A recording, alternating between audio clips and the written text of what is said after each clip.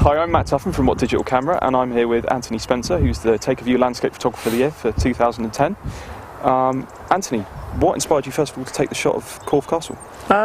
It's always been somewhere, local. I'm from Dorset. It's a famous local scene, so I've spent a lot of time driving past here, especially in my younger days. And it's a really majestic place when the mist is down in this valley to our right here. It's just a fantastic scene, and it's just something I've always wanted to capture. So I guess I got lucky, got the right conditions that winter morning. What's so special about dawn specifically with taking landscape photos like the one you took?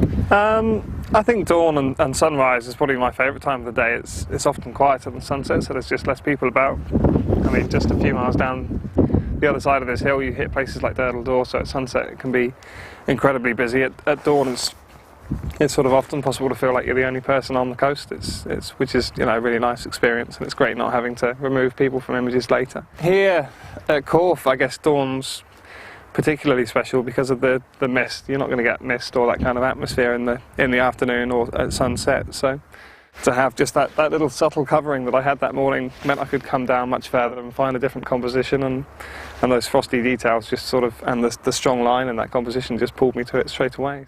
How do you predict when you're going to take your shots? There's a few things you can look at, and most of the time you'll end up just coming down. Corfe's great because it's a place I can call into, and if things aren't looking right, I can just head. I can be in the coast in 5 minutes. So it's a great location from that aspect, really. There's a site, poolweatherharbour.com is a great site, and it's immediately local. Poole Harbour's just over there, and it's where the mist's going to come from. So you can sort of check the predicted temperatures and the temperatures at the time. You can check the dew point and the cloud base, the cloud height, and also the pressure, and all those things, if you know what you're looking at, I guess, can give you a much better assessment of whether there's going to be mist. Other than Corfe Castle, what sort of locations do you enjoy shooting in the most? I really like Door. I like the challenges involved in sort of trying to find something a little bit different at places that are so well photographed.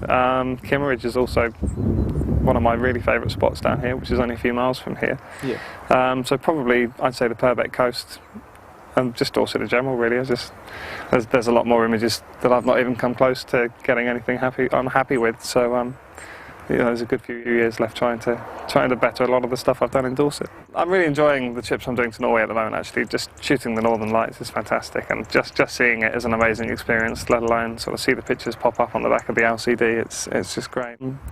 It's much more challenging. It's shooting in -25, -30 in January is it's a bit different than being stood around on the Dorset coast. But it's just the landscape is so much more. It's just so rough and extreme, and it's just completely different. So it's nice to mix things up and get away to experience different climates and different landscapes. What would you say is the most important part of your kit? I guess really it would probably be my Lee filters. I think they make the difference for me. I'm not very good at. I'm not very good, and I don't like to spend a lot of time in Photoshop and messing around on the Mac. So it's getting everything right in camera is a big priority of mine, and it allows me just to balance the exposures up perfectly, get decent histograms, and just getting the photos right in camera so I haven't got to go home and merge files, because it's not really the way I like to do my photography, and it just makes it easier for me, and I feel more in control if I can do that in camera. So yeah, I'd definitely say the whole range of Lee filters would be, just neutral density graduated filters would be the most important bit. Okay, so what advice would you give a budding landscape photographer? I'd like to say sort of be creative. You see a lot of people going around and just taking the same old sort of standard views and just taking what's been done a million times before. It's just great to put a fresh perspective on something and find a new composition or a different angle and a different approach to something. So I think that really pays off, and it's something that I've worked really hard at over the last couple of years. Or the better photographed an area you're in, the harder that becomes, and also the easier it is to stand out if you can get it right. So I think that's really important.